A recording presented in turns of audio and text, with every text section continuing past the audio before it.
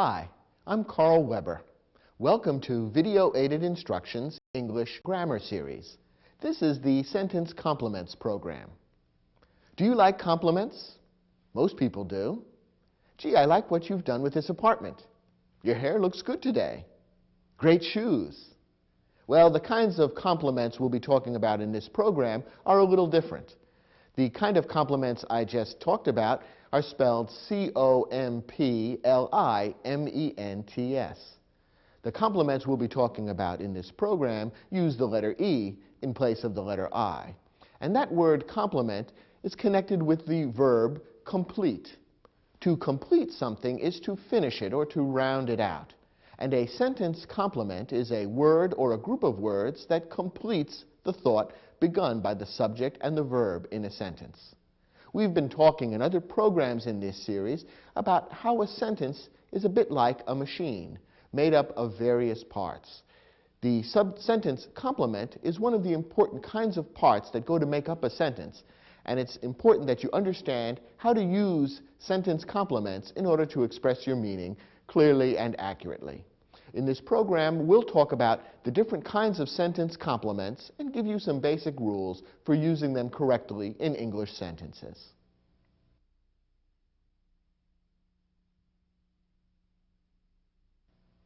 Before we can talk directly about sentence complements, we need to talk about three kinds of verbs in English. As you'll see, each of these three kinds of verbs is related to a particular type of sentence complement. The three main kinds of verbs in English are transitive verbs, intransitive verbs, and linking verbs. Let's take a look at each. A transitive verb expresses action that passes from the subject of the verb to an object of the verb. As you recall, a verb is a word that expresses action or state of being. A transitive verb is always an action verb. The subject of the verb is the person or thing that does the action of the verb. The object of a transitive verb receives the action. Take a look at this sentence as an example. Omar typed the letter. Now, what's the verb in this sentence? The verb is the word typed. What's the subject of the verb typed? That is, who or what did the typing? The answer is Omar. So Omar is the subject, typed is the verb. Now, this is a transitive verb because it has an object, that is, something that receives the action of the verb. Who or what receives the action of the typing in this sentence? The answer is letter.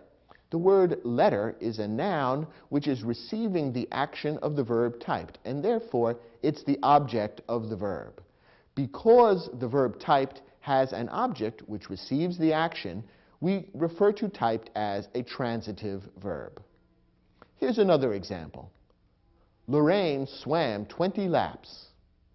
What's the verb in this sentence? The verb is swam. What's the subject of the verb swam? That is, who or what did the swimming? The answer, Lorraine. Lorraine swam. Now, what did Lorraine swim? That is, what receives the action of the verb swam in this sentence? The answer is laps.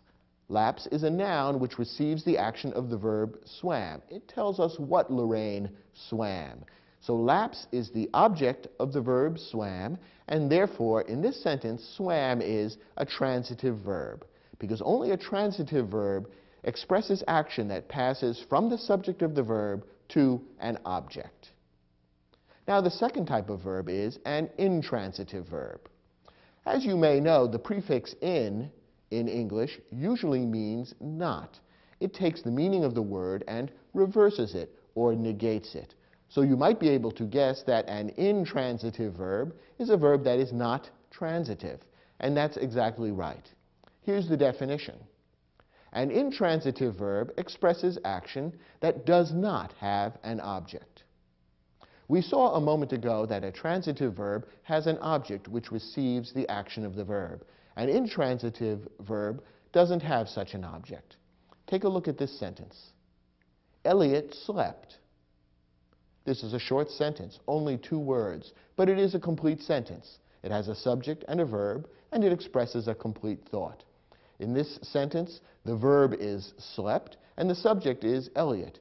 And the verb does not have any object. It expresses a complete thought without having an object. We don't need to ask, what did Elliot sleep?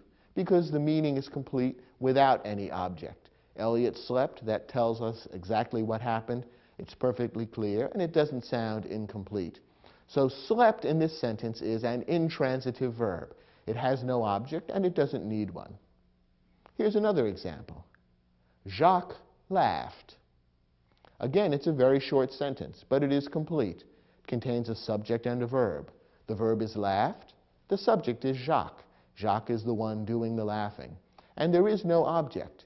The sentence doesn't tell us what Jacques laughed. He simply laughed. That's a complete thought, a complete idea in itself, and no object is needed. Once again, we're dealing with an intransitive verb in this sentence. The third type of verb is a linking verb. A linking verb expresses a state of being. It links the subject to another word in the sentence. Remember that our definition of verb explains that a verb is a word that expresses an action or a state of being. Both transitive and intransitive verbs express actions. A linking verb expresses a state of being. Rather than telling us what the subject does, it tells us what the subject is. The most common linking verb is be, and the word be in many different forms is found in lots of sentences.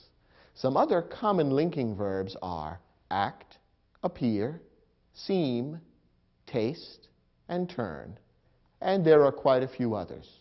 You can recognize a linking verb by the fact that what follows the linking verb and the subject of the linking verb are in some way the same. The linking verb is called a linking verb because it links those two things and in some way equates them or tells us that they are one and the same thing. Here are a couple of examples. Karim is a school teacher. We said a moment ago that the verb to be is the most common linking verb. Here's an example of a form of the verb to be. The verb is. What's the subject of the verb is? Karim. Karim is the one who is. And following the verb is, we're told exactly what Karim is, a teacher, or specifically a school teacher. So in this case, the subject Karim is being linked by the linking verb is to the word teacher. Karim is teacher. And the words a school are giving a little more information about what kind of teacher. Notice that is operating here as a linking verb because it's linking Karim and teacher. It's telling us that Karim and teacher are in some way the same thing. And in fact, they are. That's what Karim is. So the two things are being linked or equated to one another. And that's how a linking verb works. As I've said, the verb to be is the most common linking verb, but there are a number of others. Here's an example. Leanna looked nervous. What's the verb in this sentence? The verb is looked. The subject is Leanna. That tells us who looked.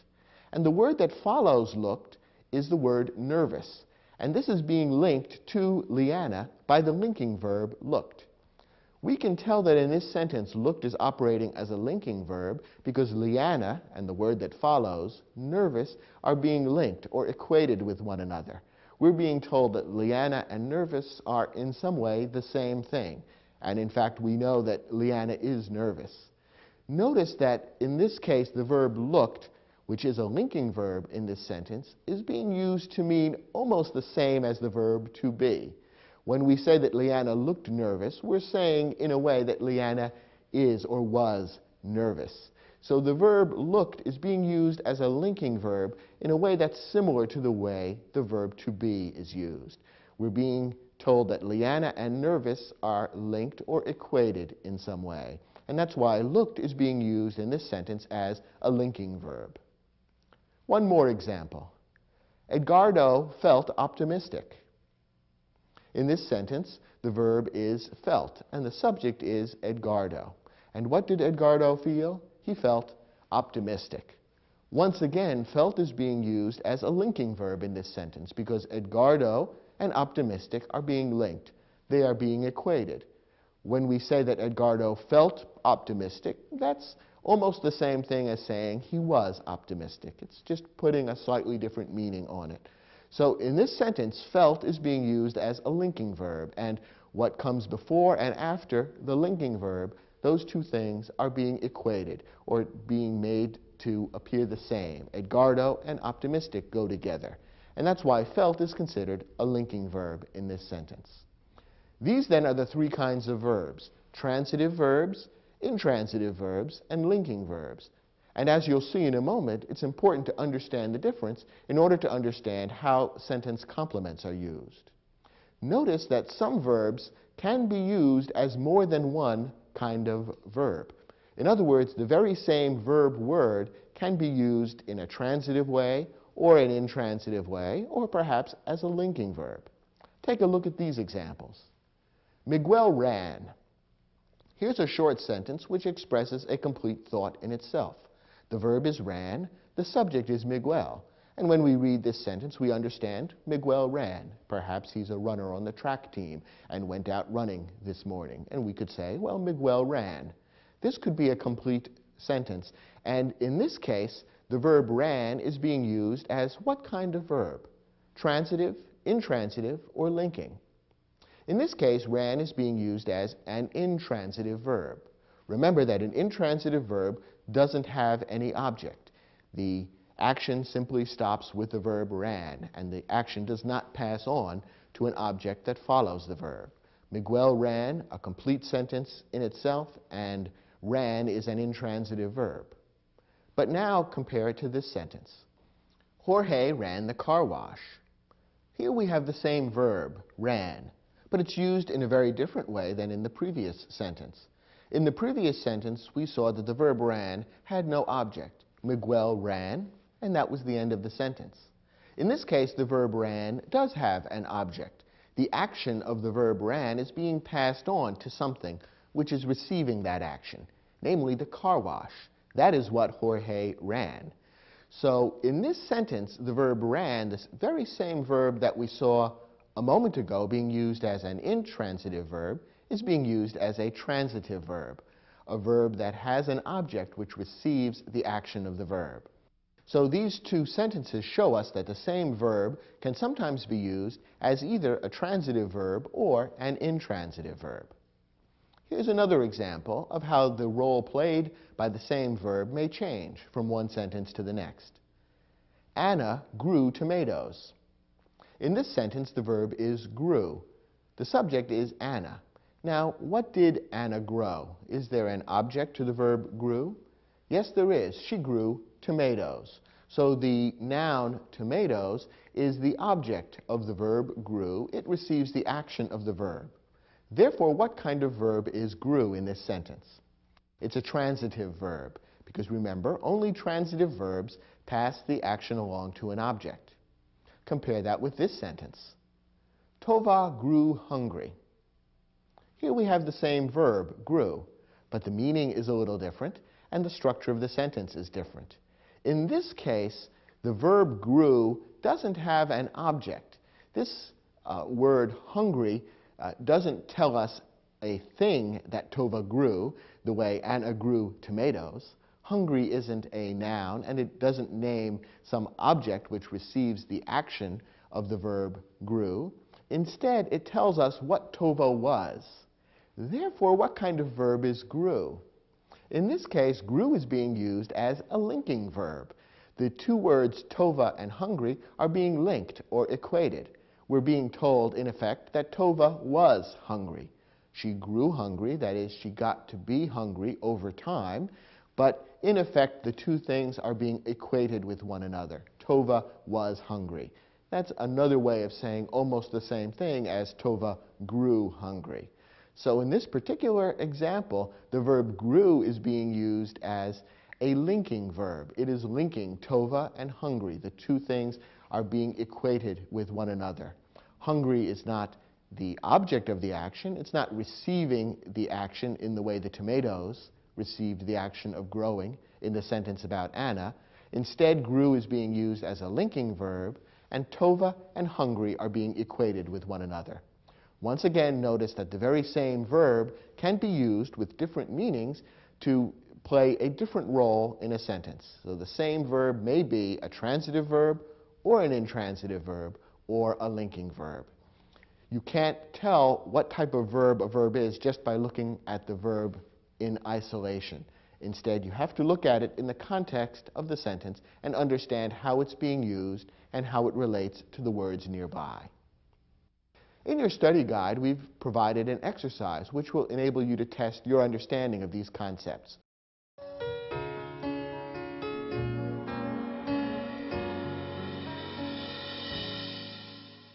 In this exercise, your job is to look at the underlined verb in each sentence and decide whether it's being used as a transitive verb, an intransitive verb, or a linking verb. Let's start with the first sentence. The author Earl Stanley Gardner wrote a number of books using the pen name A.A. Fair. Now in this sentence, the verb wrote is underlined. In order to determine whether it's a transitive verb, an intransitive verb, or a linking verb, you need to decide whether it's a verb of action or a verb of being. And if it's a verb of action, whether there is something in the sentence which receives the action of the verb. Well, in this case, wrote is being used as a verb of action. It is telling us something that the author Earl Stanley Gardner did. And is there anything in the sentence which receives the action of the verb wrote? That is, does the sentence tell us something that Earl Stanley Gardner wrote? The answer is yes. There is something that receives the action of the verb in this sentence. It's the word number. Or to give the entire phrase, it's a number of books. That's what he wrote. He wrote a number of books. And therefore, there is an object that's receiving the action of the verb. The verb wrote, its action flows through to a number of books. Therefore, wrote is being used as a transitive verb. Because remember, only a transitive verb has an object which follows it, which receives the action of the verb. Let's look at the next example. Upon closer examination, several spokes of the bicycle's rear wheel appeared broken. In this sentence, the verb appeared is underlined. Let's begin by asking, what's the subject of the verb appeared? The answer is the word spokes. Don't be misled by the fact that several words come between the word spokes and the word appeared. It's the spokes that appeared broken. What kind of spokes? The spokes of the bicycle's rear wheel. So that prepositional phrase, of the bicycle's rear wheel, simply modifies or gives more information about the spokes. That's not where the actual subject of the verb appears. The subject is spokes. So the spokes appeared broken. Now in this case, is appeared being used as a verb of action or a verb of being? Well, it's being used as a verb of being because it's not telling us something that the spokes did, it's telling us something that the spokes were. Namely, they were broken. The word appeared is being used almost as the equivalent of the verb to be, and the two things are being linked. The spokes, which is the subject of the verb appeared, and the word broken, which comes after the verb, those two things are being linked, and we're being told that the spokes were broken. What comes before and after the verb are being equated in this sentence, so appeared is being used as a linking verb. Our next example. Ivan and Sasha danced together until 2 o'clock, when the band finally stopped playing. Now in this sentence, the word danced is underlined, so that's the verb that we want to focus on. What's the subject of the verb danced? The answer is Ivan and Sasha. Remember that the subject of a verb may be compound. That is, it may be two nouns that are joined by a word like and. So Ivan and Sasha are the subject of the verb danced. Now, does the verb danced here have an object which receives the action of the dancing? That is, are we being told something that Ivan and Sasha danced? Not in this sentence. We're being told that they danced together. That tells us how they danced. And we're being told that they danced together until 2 o'clock, which is a little more information about how they danced. The word together is an adverb because it gives more information about or modifies the verb danced. It tells us how they danced. And until 2 o'clock is a prepositional phrase that also gives us more information about how they danced. Neither one, however, is an object, and neither one is being linked to Ivan and Sasha. Neither one tells us what Ivan and Sasha were. Therefore, the verb danced, in this case, doesn't have an object, and it's not being used as a linking verb. It is an intransitive verb. Remember that an intransitive verb is a verb of action that doesn't have an object receiving the action, and that's the case in this sentence. The verb danced is being used here as an intransitive verb. Notice, by the way, that the verb danced can be used as a transitive verb. You could imagine a sentence in which there is an object receiving the action of the verb danced. For example, you could say, Ivan and Sasha danced the polka. In that sentence, the word polka would be receiving the action of the verb danced. It would be telling us what they danced. And we would have transformed the verb danced from an intransitive verb to a transitive verb, because there would be an object receiving the action of the verb. There is no such object in this sentence, and therefore the correct answer for this sentence in your exercise is intransitive. The next sentence. Even by modern engineering standards, the pyramids of Egypt remain an incredible achievement. The verb remain is underlined. What's the subject of the verb remain? What remain an incredible achievement? The answer is pyramids. Once again, the fact that some other words come between the subject and the verb shouldn't confuse you. It's not Egypt that remains an incredible achievement. It's the pyramids that remain an incredible achievement. Now, what about the words that follow remain? How do those relate back to the verb? Are they the object of the verb? That is, do they receive the action of the verb, or do they play some other role? Well, in this case, remain is not a verb of action, but rather a verb of being, and therefore you can probably anticipate that it's being used as a linking verb, because that's how verbs of being are used. And sure enough, what follows the verb remain is an incredible achievement. These words explain what the pyramids of Egypt are. They are an incredible achievement. So what comes before and after the verb in this sentence, those two things are being equated. We're being told that they are the same as one another. And that makes the verb remain a linking verb. Our next example. Working with extreme care, the bomb squad removed the suspicious package. In this sentence, the verb removed has been underlined, and the subject of the verb is the bomb squad, or specifically the word squad. Now, what did the bomb squad remove? Is there an object for the action of this verb? Yes, there is. The object is the noun package, or to give the complete phrase, the suspicious package. So the package is receiving the action of the verb removed. It's telling us what they removed, and therefore package is the object of the transitive verb in this sentence. So for this last example in the exercise, the verb is being used as a transitive verb. Did you get all 5 of these questions right? I hope so. Let's turn now to Lesson 2.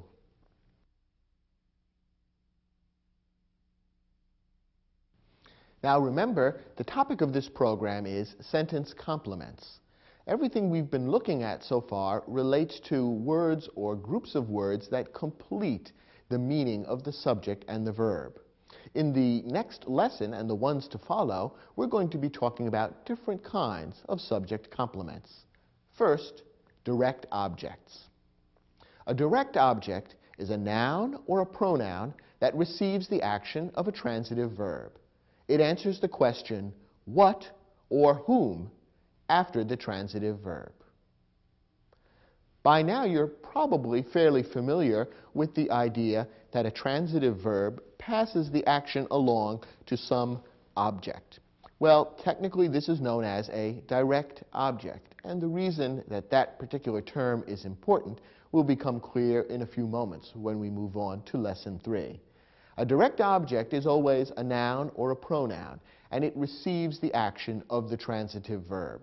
So anytime a verb is being used as a transitive verb in a sentence, you can be sure that it's followed somewhere by a noun or a pronoun which receives the action of the verb and which is known as the direct object. Of course, there may be other words nearby that modify or give more information about the direct object, but the one-word noun or pronoun that receives the action, that's what's known as the direct object. Take a look at this example. Elaine washed her car. What's the verb here? Washed. The subject, Elaine. And what did Elaine wash? She washed her car. Where's the noun or pronoun that tells us exactly what Elaine washed? The noun car tells us what Elaine washed. And so that's the direct object of the verb washed. The word her, which is a possessive pronoun, gives us a little more information about the car. It modifies the noun car by telling us which car, whose car it was. But the word car, that noun, is the direct object. It receives the action of the transitive verb washed. One more example. Derek applauded the band. What's the verb here? Applauded. The subject of the verb? Derek. And who or what did Derek applaud? Well, Derek applauded the band. So band, that noun, is the direct object of the transitive verb applauded. The article, is thrown in to give a little more information, to modify the band, to tell us which band. But the word band, that noun, is the direct object of the verb applauded. One more thing to realize about direct objects: they may be compound. We've already seen in this series that both subjects and verbs may be compound. That is, more than one word may be part of the subject and the verb, and the two or more subjects or verbs would then be joined by a coordinating conjunction, such as and. The same can be done with direct objects. That is, one sentence, one verb, may have more than one direct object, and the two or more direct objects would be joined by a coordinating conjunction, such as and. Here's an example. Dawn bought a blouse and a pair of shoes. What's the verb in this sentence? The verb is bought. The subject, Dawn. She's the one who did the buying. Now, is there anything in the sentence that tells us what Dawn bought? Anything that receives the action of the buying? Well, the answer is there are really two things that Dawn bought. She bought a blouse and a pair of shoes. The two main nouns in those phrases would be the direct objects, blouse and pair. The other words that are there give us a little more information. What kind of blouse? A blouse. What kind of pair? A pair, and a pair specifically of shoes. So those other words give us more information about what kind of blouse and what kind of pair. Those two nouns, blouse and pair, are the two words that both go to make up the direct object in this sentence. So this is an example of how a sentence may contain a compound direct object with two or more things, both of which receive the action of the transitive verb, in this case, bought. Turn to your study guide. We have an exercise now that will test your ability to recognize direct objects when they appear in sentences. Try your hand at the exercise and then come back and we'll look at the questions together.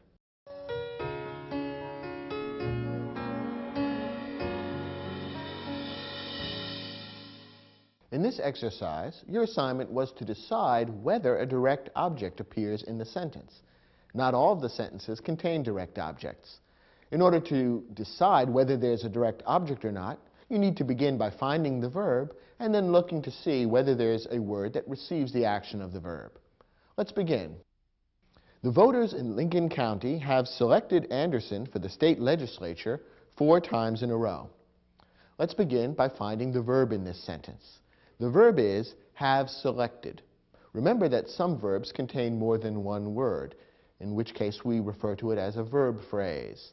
In this sentence, have selected is the verb phrase, which gives the action to the sentence. What is the subject of the verb have selected? That is, who or what is doing the selecting? The answer is the voters. The voters are the one who have selected. Now, is there any word that receives the action of the verb have selected? That is there any word that answers the question what or whom after the verb have selected? Well, the answer is the voters have selected Anderson. Anderson receives the action of the verb have selected, and therefore Anderson is the direct object of the verb in this sentence. The next example. General Sullivan led a fascinating tour of the historic Civil War battlefield in Gettysburg, Pennsylvania. Once again, what's the verb? The verb is led. The subject of the verb is General Sullivan. General Sullivan is the person who led. Now, what did General Sullivan lead? What or whom did he lead? Is there a word that answers that question? That is, a word which receives the action of the verb led? Yes, what he led was a tour, specifically a fascinating tour. But the noun tour is the key word. That's the direct object of the verb led. It tells us what General Sullivan led. The other words there, fascinating, give more information about the tour. They tell us what kind of tour it was. Notice that all the other words that follow the word tour in this sentence again go to give more information about the action. They don't receive the action directly, they just give more information about it. What kind of tour was it? It was a tour of the historic Civil War battlefield. And where was that battlefield? In Gettysburg, Pennsylvania. Those two groups of words are prepositional phrases, and the prepositional phrases give more information about the action. They don't receive the action of the verb directly. One tip when you're looking for the direct object of a verb is that the direct object will never be found in a prepositional phrase. The prepositional phrase may give more information about the object, but the prepositional phrase will never contain the object of the verb.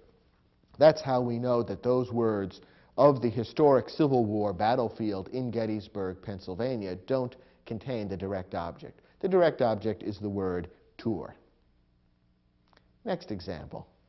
Paula exercised in the weight room at the local gymnasium 3 times a week this past summer. What's the verb here? The verb is exercised. What's the subject? Who did the exercising? Paula. Paula exercised, that's the subject and the verb. Now, is there a word that receives the action of the verb exercised? That is there a word that answers the question, Paula exercised what? Or Paula exercised whom? Well, the answer is there is no word that answers that question. We're not told, for example, that Paula exercised her dog, or Paula exercised her rights. Either of those might be the direct object of the verb exercised, but we're not told that at all. Paula exercised, and the action ends with the word exercised. All the other words in the sentence give more information about how and where and when she did the exercising, but they do not receive the action of the exercising. Therefore, there is no direct object for the verb exercised in this sentence. Remember, that means that the verb exercised is an intransitive verb. It doesn't have a direct object which receives the action. Next example. The theories of Isaac Newton revolutionized physics and astronomy. The verb here is revolutionized. What's the subject? The subject is theories. It was the theories that revolutionized. And what did they revolutionize? That is, what receives the action of the verb revolutionized? Well, in this case, there are 2 things that were revolutionized, physics and astronomy. So both of those words are part of the direct object of the verb revolutionized. So we have, in this sentence, a compound direct object. Remember, a direct object can include 2 or more things, joined usually by a coordinating conjunction, like and. So in this sentence, there are 2 direct objects joined by the word and, physics and astronomy. Our last example. Benjamin Franklin's first job was working as an apprentice in a printing shop. What's the verb in this sentence? The verb is was. And perhaps you could recognize right away that this is not the kind of verb that has a direct object. Was is a form of the verb to be. And remember, to be is the most common and most important of the linking verbs. To be is naturally a verb of being rather than a verb of action.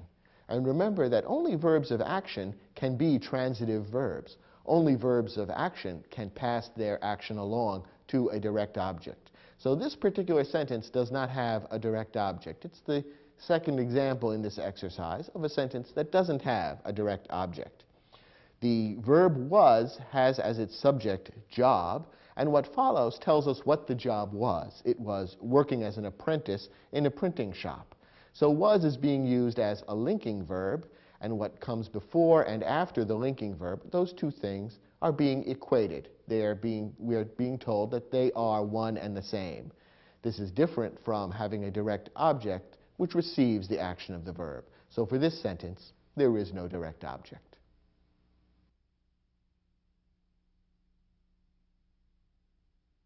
We've been talking about direct objects which receive the action of the verb. There's another type of object that a verb may have. It's called an indirect object. An indirect object is a noun or a pronoun that answers the question, to what, to whom, for what, or for whom, after a transitive verb. An indirect object comes between the verb and the direct object in a sentence. The sentences we've been looking at so far under the heading of direct objects contain a subject, a transitive verb, and then a direct object which receives the action of the verb. Some sentences that contain transitive verbs also contain indirect objects. Not all, not even most, but some sentences will contain that indirect object as well. The indirect object tells us to whom or for whom the action has been done, and the indirect object actually appears in the sentence between the verb and the direct object. If this sounds a bit confusing, look at this example, which should make it all very clear. Andrea told her mother the good news. What's the verb in this sentence? The verb is told. That tells us what was done. And who or what is the subject? Andrea. Andrea is the one who did the telling. Now, what's the direct object of the verb told? That is, what did Andrea tell? Andrea told what? She told the good news. The noun news specifically is the direct object. That's what Andrea told. However, we notice there's another noun, her mother. That phrase has been stuck in between the direct object and the verb. What role does her mother play? Her mother is the indirect object. That answers the question, to whom Andrea told the good news. So the direct object is news. That's what Andrea told. And her mother is the indirect object. That's the person to whom the news was told. So you notice that a specific type of transitive verb is necessary to make an indirect object make sense. A verb like tell is one that makes sense as having an indirect object, because it's the kind of verb where you would do the action to someone or for someone. You tell someone some news. That is, you tell the news to a particular person. So in this case, mother, that noun, is the indirect object of the transitive verb told. And notice that the indirect object has been placed in between the verb and the direct object. When you learn English, that's one of the things that you learn, perhaps unconsciously. Little children who are learning English at their mother's knee never learn this rule, that is, that an indirect object appears in such and such a place in the sentence, but somehow, just from hearing hundreds and thousands of English sentences, they come to understand that a noun or pronoun that's been placed in that location in a sentence is serving in that way. It's answering the question, to what, to whom, for what, or for whom, and therefore it's serving as the indirect object. Here's another sentence to illustrate how this works. Stuart bought Donna a bouquet of flowers. The verb is bought. The subject is Stuart. Stuart did the buying. And what did Stuart buy? That is, what's the direct object? He bought a bouquet, specifically a bouquet of flowers. But the noun bouquet is the direct object of the verb bought. Now, for whom or to whom did he buy the bouquet? Well, he bought the bouquet for Donna. And by simply inserting the word Donna there in between the verb and the direct object, we know that Donna is serving as the indirect object. Donna tells us for whom Stuart bought the bouquet. So Donna is the noun which serves as the indirect object in this sentence. Both of the examples we've looked at so far happen to use nouns as indirect objects, but a pronoun could be used equally well. So that, for example, that same sentence could read, Stuart bought her a bouquet of flowers. In this case, the pronoun her would substitute for Donna, and it would also act as the indirect object. An indirect object would always be a noun or a pronoun, but it could be either one. Notice that an indirect object is not the object of a preposition. We've said that the indirect object answers the question to what, to whom, for what, or for whom. Each of those phrases, to what, to whom, for whom, is in fact a prepositional phrase, because to and for are prepositions, and the noun or pronoun that follows them makes up, with the preposition, a prepositional phrase.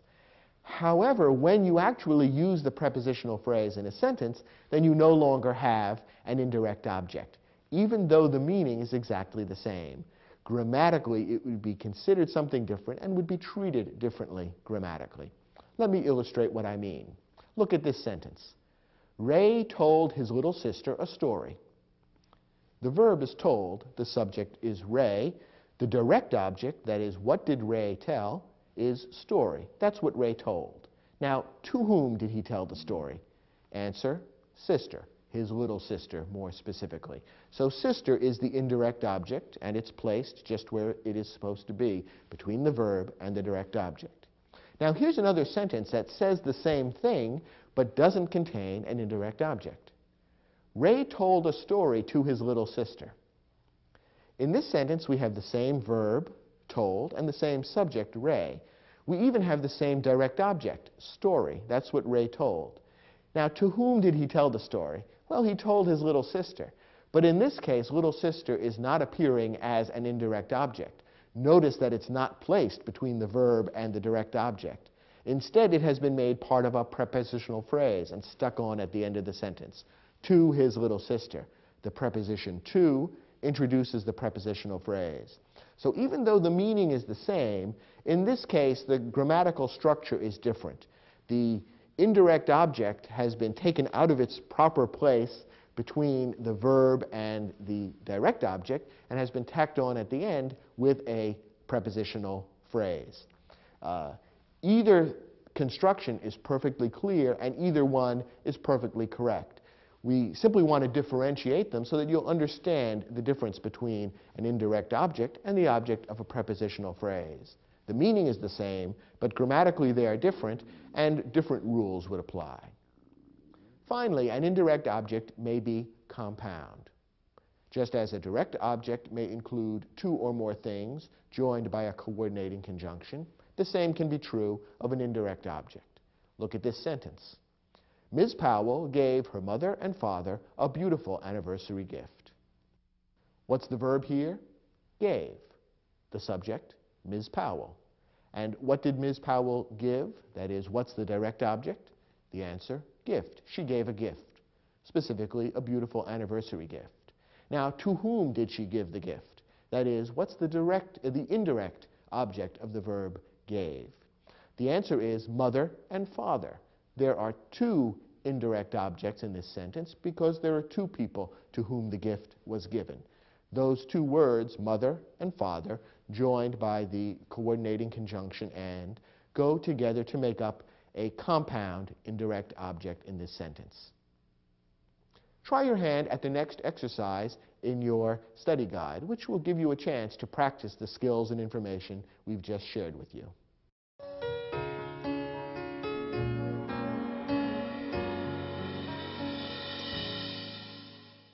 In this exercise, we gave you several sentences and asked you to decide for each one whether or not an indirect object appears.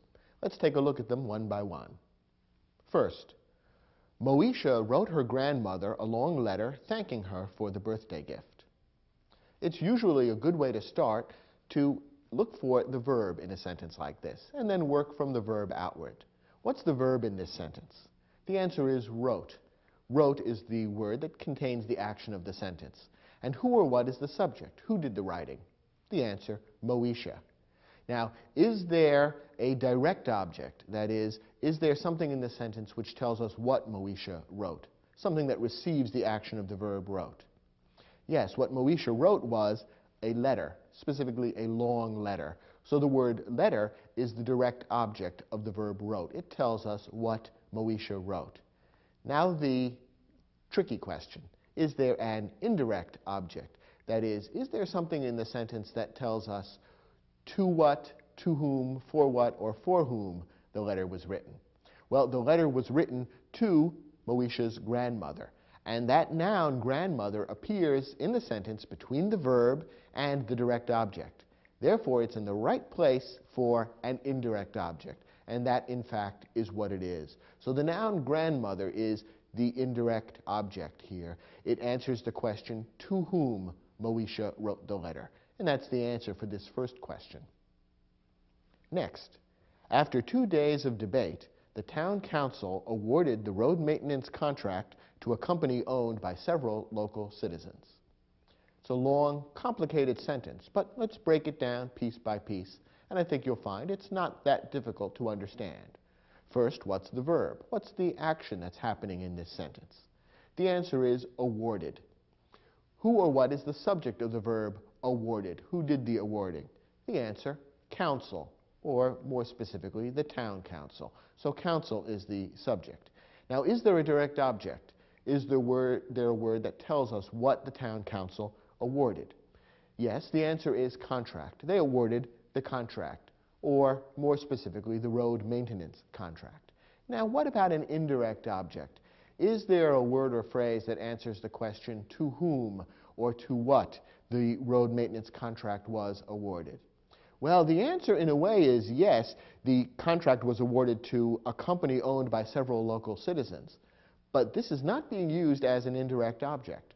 Remember, an indirect object would have to be placed between the verb and the direct object. And that's not where the company is placed. The company instead is tacked on at the end of the sentence. Furthermore, notice that the company is mentioned in a prepositional phrase. And as we saw a moment ago, an indirect object is never part of a prepositional phrase. So in this case, company is not an indirect object. Instead, it's part of the prepositional phrase to a company, and therefore it is not, grammatically speaking, an indirect object, even though it answers the same question and conveys much the same meaning. From a grammatical standpoint, it's not an indirect object. Let's look at our next example. Every evening, Richard and Emily cooked us a wonderful meal using fresh ingredients from the local farm stands. What's the verb here? The verb is cooked. That describes the action of the sentence. Who or what did the cooking? Richard and Emily. They're the subject of the verb cooked, and it's, of course, a compound subject because there are two nouns there linked by the coordinating conjunction and. So Richard and Emily cooked. Now, what did they cook? That is, what's the direct object of the verb?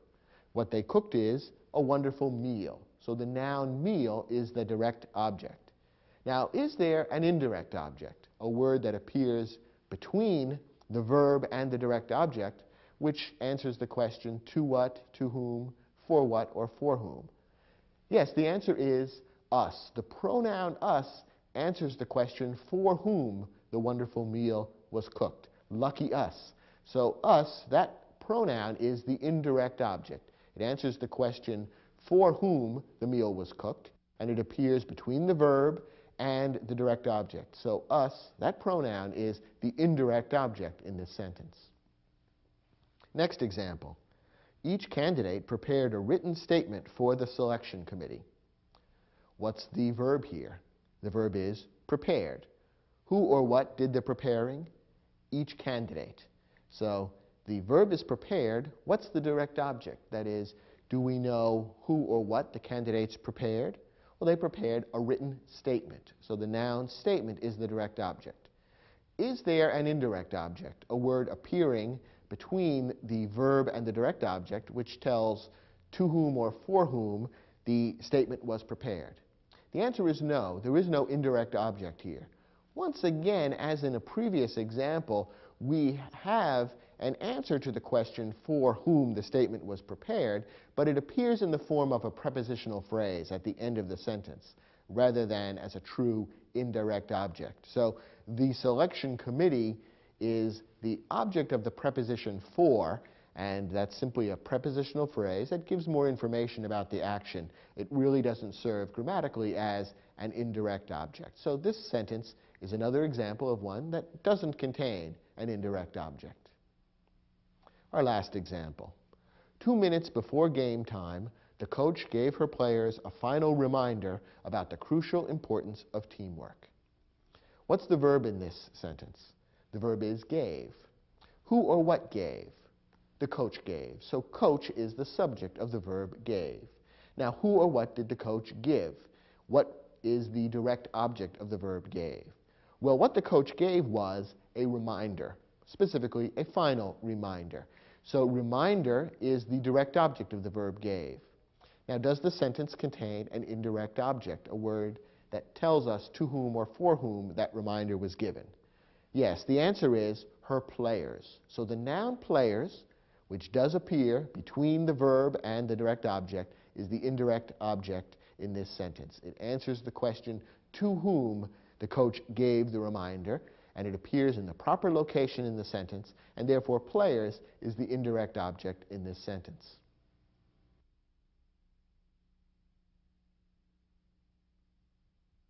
Now, so far, we've looked at direct objects and indirect objects, and both of these are used in sentences that contain transitive verbs. Sentences that contain intransitive verbs don't have objects of any kind. The action of the sentence basically stops with the subject and the verb. Of course, modifying words and phrases may be added, but none of those constitutes an object of the action. Now, what about the third type of verb, that is the linking verb? Well, linking verbs are used with a different type of sentence complement known as subject complements. A subject complement is a noun, a pronoun, or an adjective that follows a linking verb and refers to, describes, or modifies the subject. Remember earlier in this program when we talked about how linking verbs work, we pointed out that linking verbs always connect the subject to something that follows the linking verb and which is being equated to the subject. We're being told that the subject is what follows the linking verb. Well, what follows the linking verb is a subject complement, and it will be either a noun or a pronoun or an adjective. Of course, other modifying words and phrases may be added, but when you're looking for the subject complement, you want to look for a noun, a pronoun, or an adjective following the linking verb, which is in some way being equated to or linked to the subject. Here are some examples. Virginia Woolf was a novelist. Was is the verb in this sentence, and it's a linking verb. As we've said many times, the most common linking verb is the verb to be, and was is a form of the verb to be. The subject of was is Virginia Woolf, a particular woman's name. So Virginia Woolf was, and what follows is the subject complement.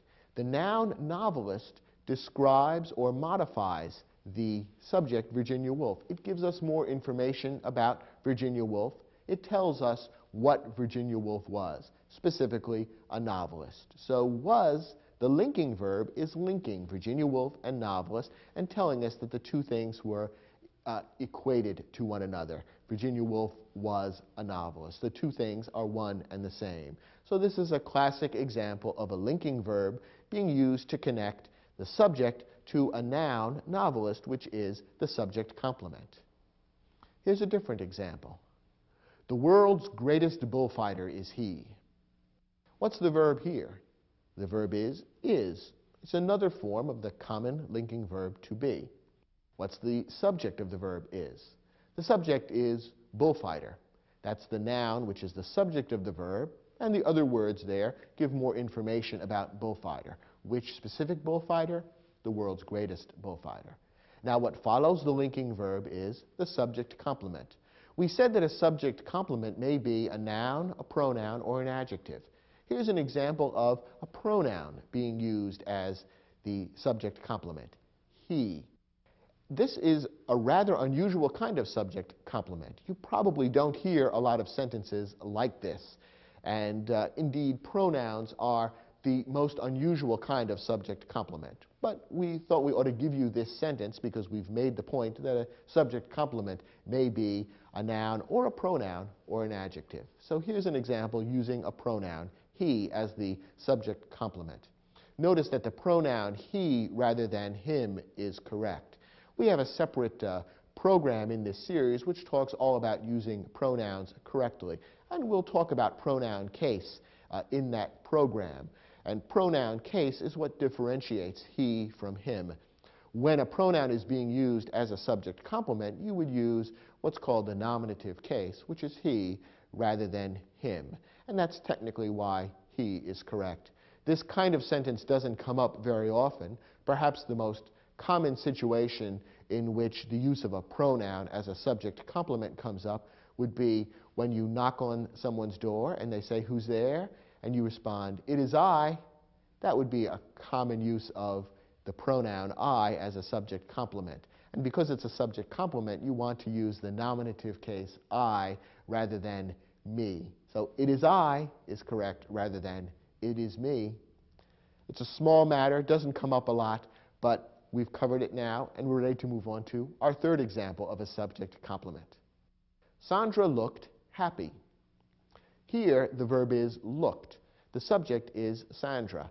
And looked in this case is being used as a linking verb because what follows isn't receiving the action of the verb, but rather it's equating or being equated to the subject. What follows is the adjective happy, which describes, modifies, refers to, or gives more information about the subject. We're being told that Sandra was happy. So Sandra and happy are being equated to one another. We're being told those two things are one and the same, Sandra and happy.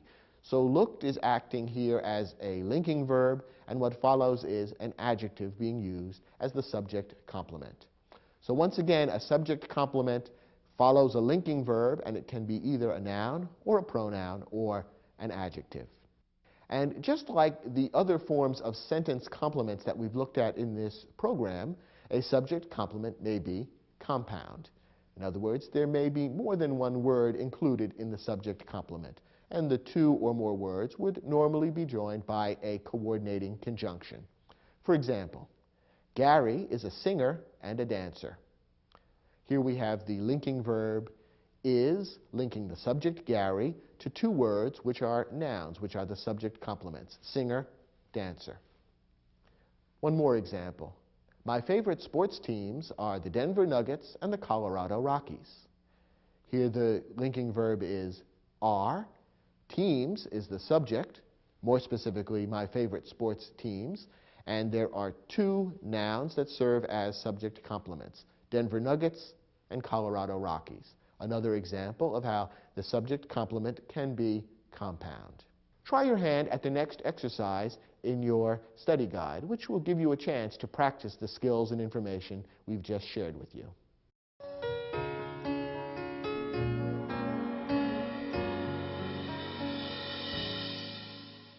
In some of these sentences, but not all, there's a subject complement. Let's look at each one and see if we can locate the subject complement. First, the original nickname of the Houston Astros baseball team was the Colt 45s. First, look for the verb. The verb is was, and it is a linking verb, and that means we can probably expect to find a subject complement here. What's the subject of the linking verb was? The answer is nickname. We're being told in this sentence what the nickname was. Specifically, which nickname? The original nickname of the Houston Astros baseball team. But the noun nickname is the subject. And what's the subject complement? Where are we told what that nickname was? The answer is the Colt 45s. That's a noun that's being linked with nickname, and the two things are being equated. The nickname was Colt 45s. So Colt 45s is the answer. That's the subject complement in this sentence. Next example. Many investors use mutual funds as a way of buying shares in a wide range of companies. The verb here is use. Now, is use a verb of action or a verb of being? Well, the answer is it's a verb of action. It tells us something that the subject, investors, do, rather than something that they are. So use is not a linking verb. In fact, it's a transitive verb, and therefore will not be followed by a subject complement. What follows the transitive verb use is mutual funds, which is the direct object of the verb use. So this particular sentence doesn't contain a subject complement. Remember, only a linking verb will be followed by a subject complement. Next, After being reupholstered, the wing chair looked new. What's the verb here? The verb is looked. The subject is chair or wing chair. So the chair looked something. What did it look? It looked new. New is an adjective which describes or modifies or gives more information about the wing chair. So new, that adjective, is a subject complement. Looked is being used here as a linking verb. We're being told, in effect, what the wing chair was. It was new. The linking verb looked is being used almost as the equivalent of the verb to be. And so what follows, the adjective new, is being used as a subject complement. Next, Ronald Reagan became the oldest person ever to serve as President of the United States. What's the verb here? The verb is became, and the subject is Ronald Reagan. So we're being told in this sentence what Ronald Reagan became. Now, became in this sentence is, again, being used as a linking verb. What follows it is what Ronald Reagan was. Once again, the linking verb, even though it's not, in this case, a form of the verb to be, is being used almost as the equivalent of the verb to be. And what was Ronald Reagan? Well, he was the oldest person ever to serve as President of the United States. The noun person is the subject complement in this particular sentence. And all the other words that follow the verb there serve to give more information about exactly what kind of person, the oldest person, and so on. So in this particular sentence, the linking verb is became, and the subject complement is the noun person. Our final example. The hikers were exhausted and ravenous after their trek up Mount Washington. What's the verb in this sentence? Well, the verb is were. And were, of course, is a form of the verb to be, which is the most common and important of the linking verbs.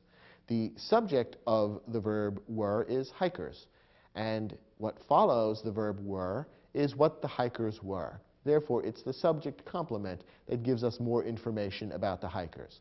And the hikers were two things. They were exhausted and ravenous. Those are both adjectives which give more information about the hikers. So in this case, we have a compound subject complement. Two adjectives joined by the coordinating conjunction and both of those words go to give us more information about the subject of the linking verb were. Let's quickly review. In this program, we've talked about three kinds of sentence complements: direct objects, indirect objects, and subject complements. Remember that direct objects and indirect objects are used only with transitive verbs, while subject complements are used only with linking verbs. Now let's step back for just a moment. We've seen now how complete sentences are constructed. There's a verb in the middle, a subject usually appearing before the verb, and then very often a sentence complement of some kind that comes after the verb. You might almost think of a sentence as a lever or a teeter-totter, something like a seesaw, with the verb as being the fulcrum, the balancing point in the middle. The subject usually comes before that, and the sentence complement, if there is one, comes after that. You now have the complete structure of what most typical English sentences look like. And all the other words and phrases that may be added onto the sentence serve to give more information about or to modify the subject or the verb or the sentence complement. So if you understand how these three major parts of a sentence work together and how different parts of speech can be used to modify or give more information about them, you'll understand how virtually every English sentence is constructed. And that will make it much easier for you to create your own English sentences that are both grammatically correct and express your ideas clearly. I hope you found this program useful. Thank you for watching, and I look forward to seeing you on other programs in this series.